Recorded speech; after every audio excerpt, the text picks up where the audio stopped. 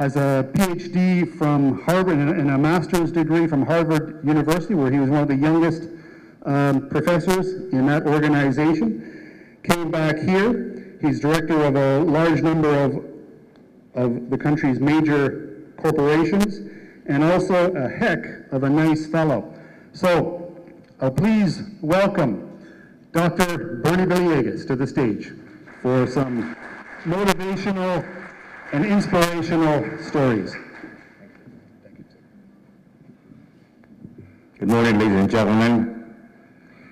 For those of you who know me, you'll understand what I'm saying. My ophthalmologist suggested that I wear dark glasses, among other reasons, to moderate my super optimism, no? So that I can see things sometimes darkly. But I don't think it's working. You realize that when I give you the forecast, not only for 2014, but for the next 5 to 10 years, no? So we might as well start with the super forecast. GDP in 2014 will be 8%. Definitely much higher than last year. And then I'll show why.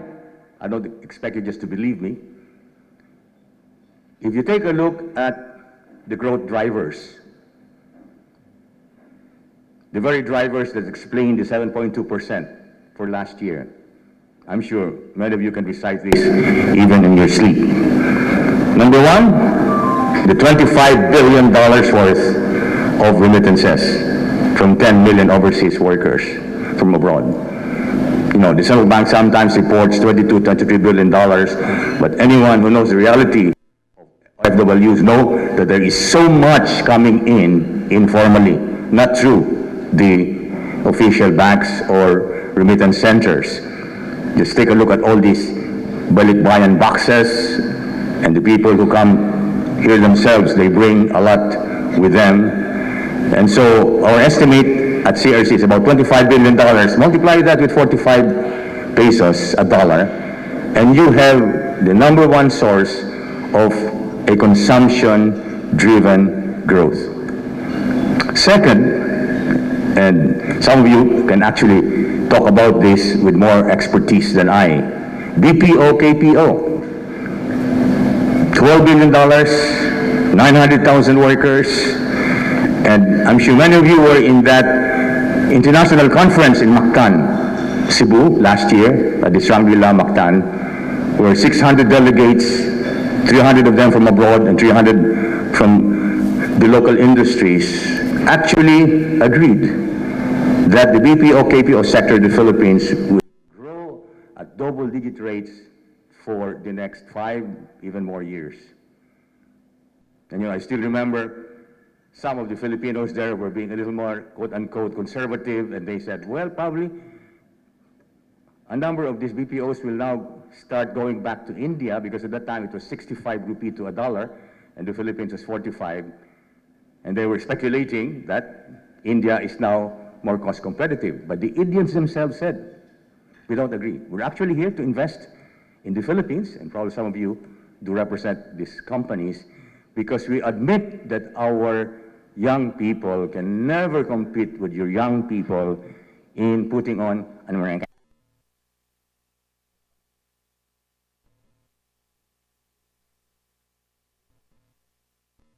The Indians themselves are the ones investing here to use Filipino workers to cater to the US market.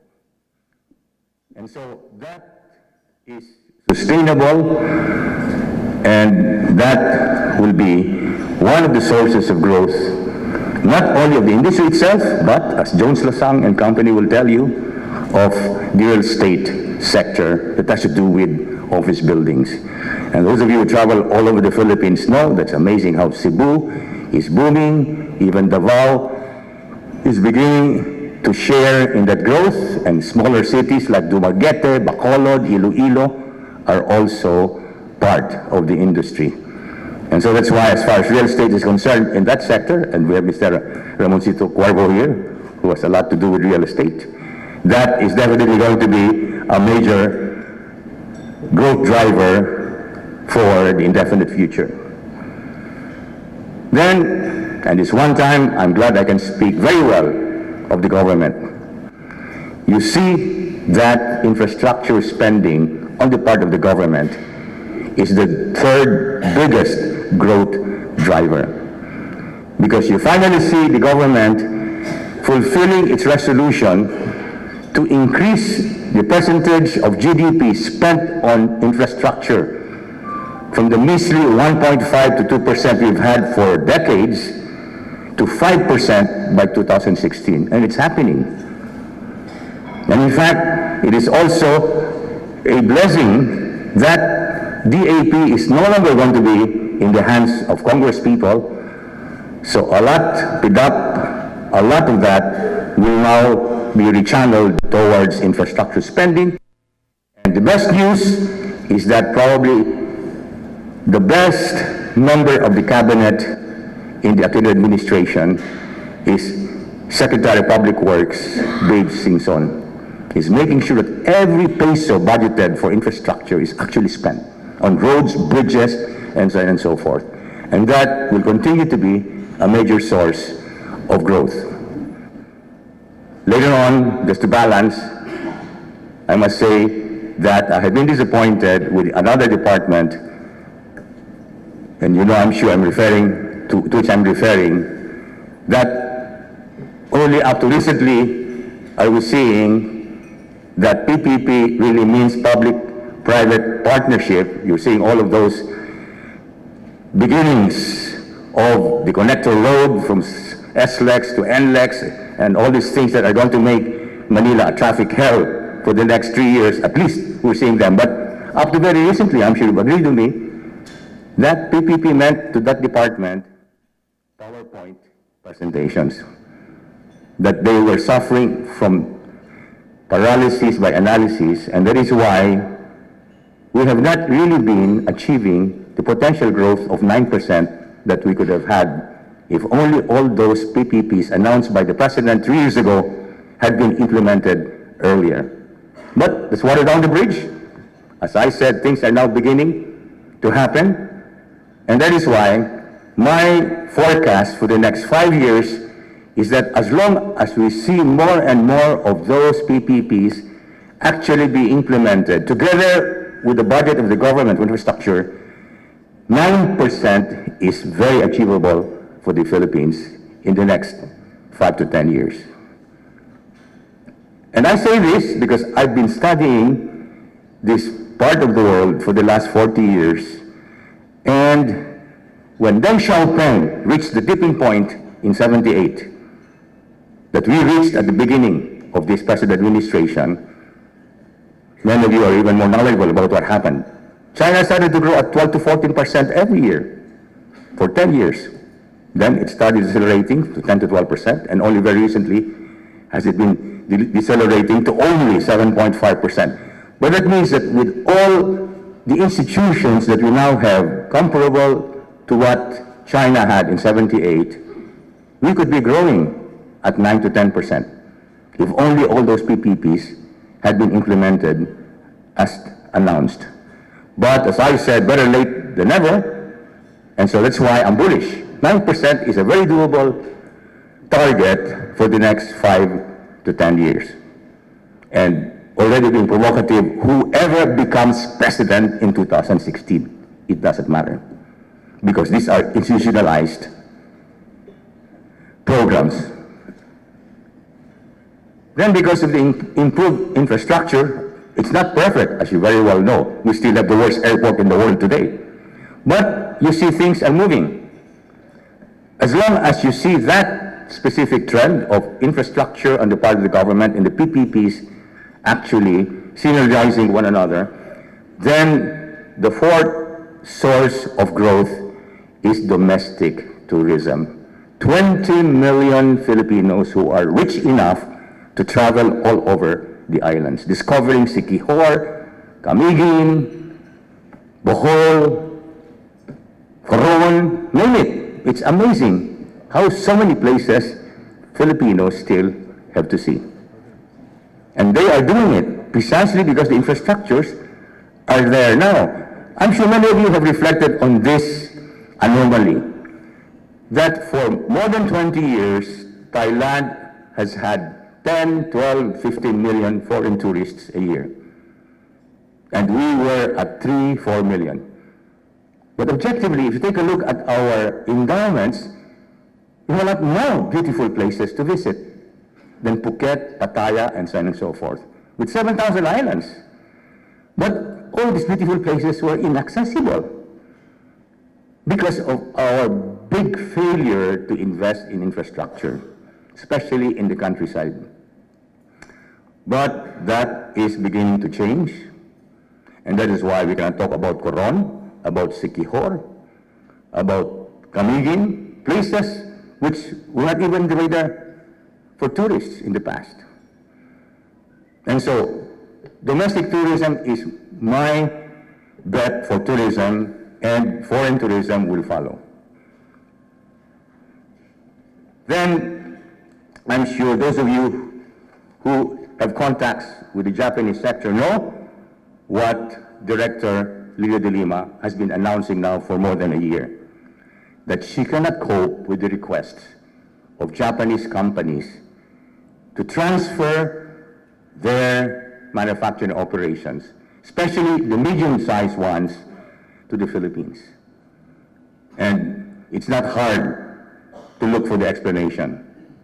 First, Japan is suffering from an energy crisis because they had to close down a lot of their nuclear plants.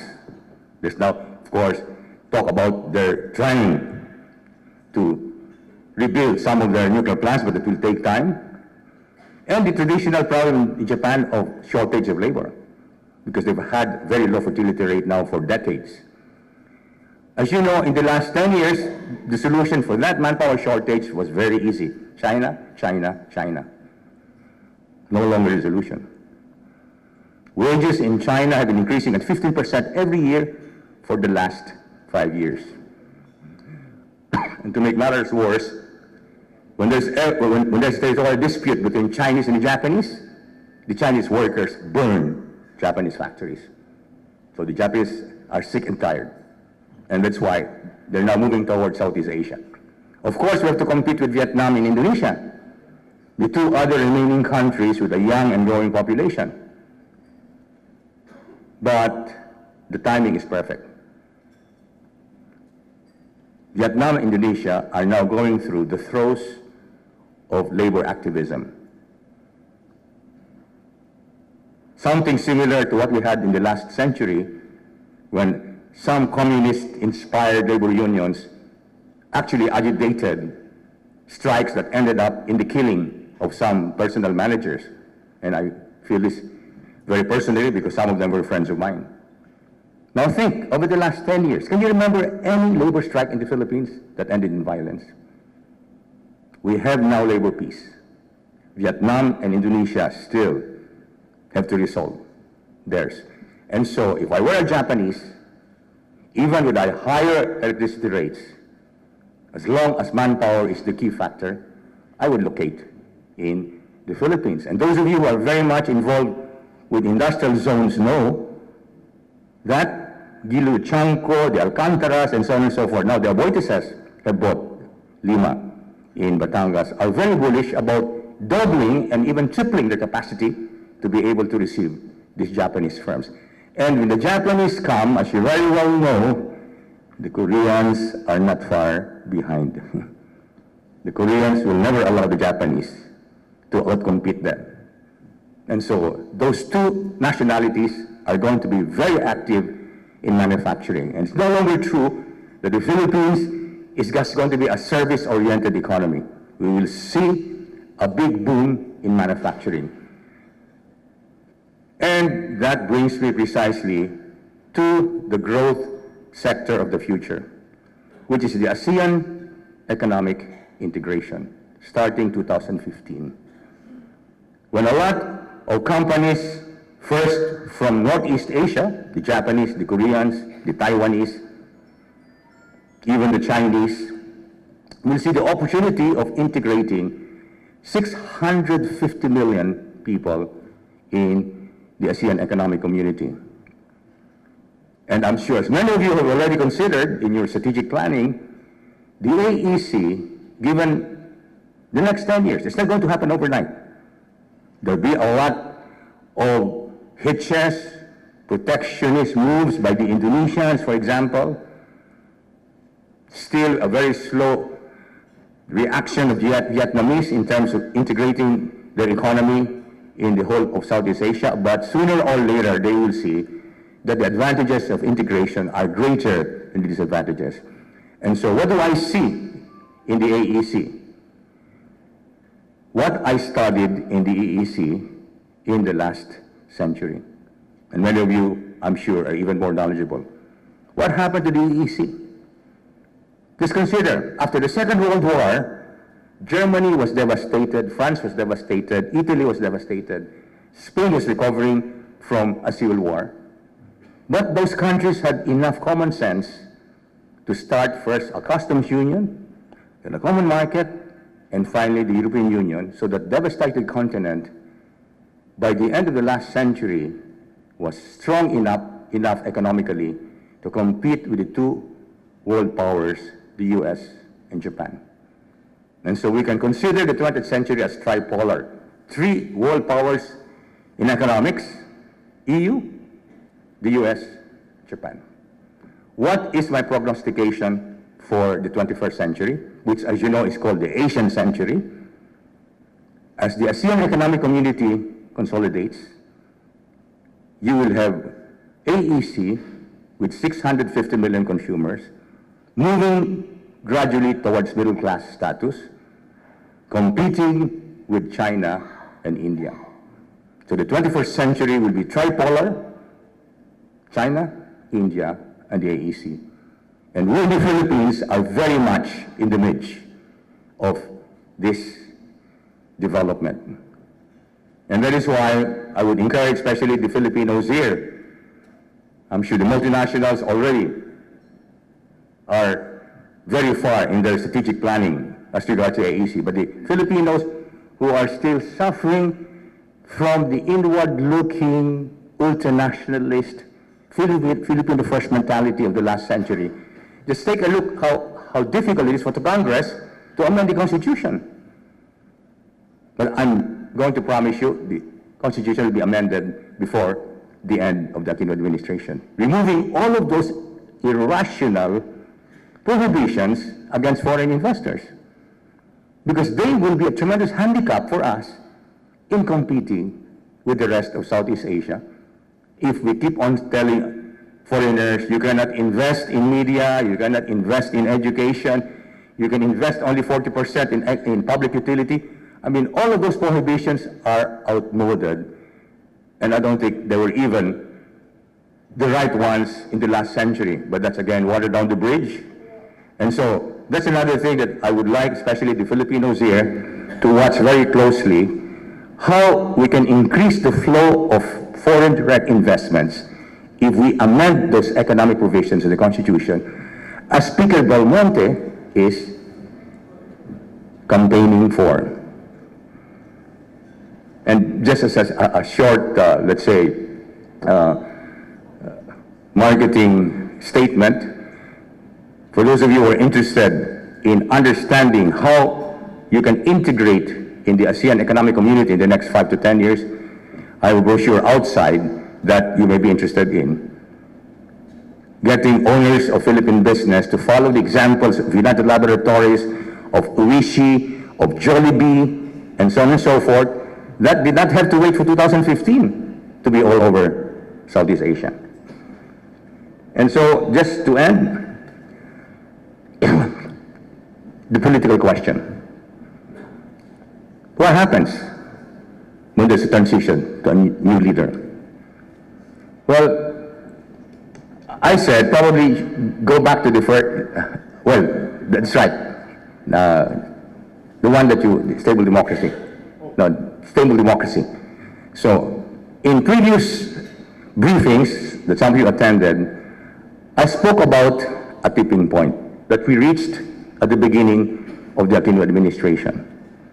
I'm sure you're very familiar with that bestseller called The Tipping Point. Now, the tipping point was reached after more than 25 centuries of very painful, very slow-moving reforms in politics, in governance, in the central bank, and so on and so forth. And my point is, and you may not agree, but my point is, after all these 25 years, we've made enough reforms in our institutions. They're not perfect, but enough reforms, the minimum required, so that we have a critical mass of institutions that will survive changes in leadership. But doesn't really matter who the next president will be, because the institutions will be there.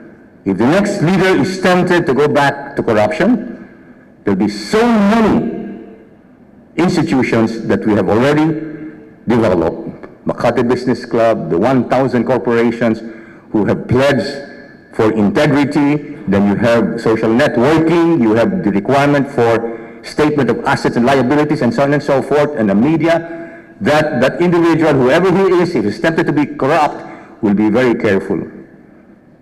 Because he knows we have already impeached a Chief Justice of the Supreme Court. But I would rather be more positive. I think whoever takes the leadership in 2016 will see this is my time now to really have the glory of bringing the Philippines to a higher and higher level of development. And I just came from South Korea, and it's fantastic how inspiring South Korea can be. South Korea was poorer than the Philippines just 2 years ago. Now South Korea is a first world country. It's amazing what they have done. And they had miracle workers. They just made sure that little by little the institutions would be there. And I can assure you, they had a lot of corruption.